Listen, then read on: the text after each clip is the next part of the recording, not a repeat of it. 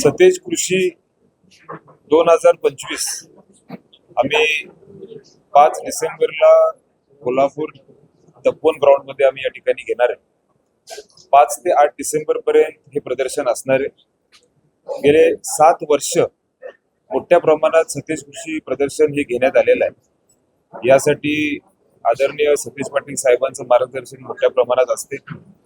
या प्रदर्शनाचं उद्घाटन यावर्षी आम्ही सन्मान्य राजू शेट्टी साहेबांच्या हस्ते करणार आहे। सन्मान्य आमदार आसगावकर सर देखील या ठिकाणी उपस्थित असणार आहेत।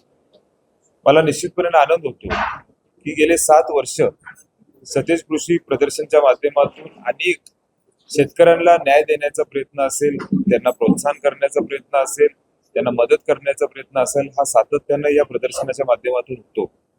आणि यासाठी निश्चितपणे आमच्या बरोबर शासनाचा देखील सहभाग हा मोठ्या प्रमाणात असतो। त्याच्याबद्दल देखील मला शासनाचे आभार मानायचे।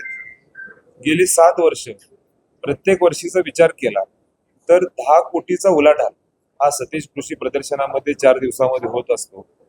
200हून अधिक स्टॉल हे देण्याचा प्रयत्न या कृषी प्रदर्शनाच्या माध्यमातून होणार आहे। जवळजवळ 200हून अधिक पशु आणि जनावर हे देखील या प्रदर्शनामध्ये असणार आहेत।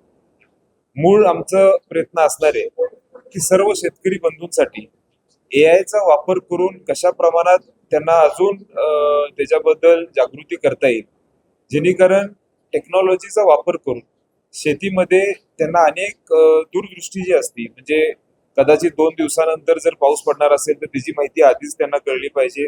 अशा अनेक विविध विषय आहेत जे एआयच्या माध्यमातून शेतकऱ्यांना देण्याचा प्रयत्न या माध्यमातून आम्ही करणार आहोत। सेंद्रिय असेल किंवा नैसर्गिक शेती असेल, ह्यासाठी देखील आमचा प्रयत्न असणार आहे।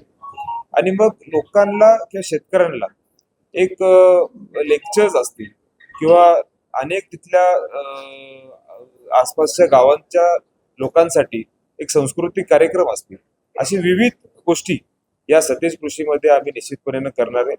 आमच्या बरोबर ज्यांनी आम्हाला मदत केली, मग त्यामध्ये अनेक स्पॉन्सर्स असतील, त्यांचे देखील मला मनापासून आभार मानायचे। गोकुळचा देखील मोठ्या प्रमाणात सहभाग यामध्ये आहे। आणि मग मला सन्मान्य विनोद पाटील असतील, धीरज पाटील असतील, त्यांचे देखील मनापासून धन्यवाद व्यक्त करायचे।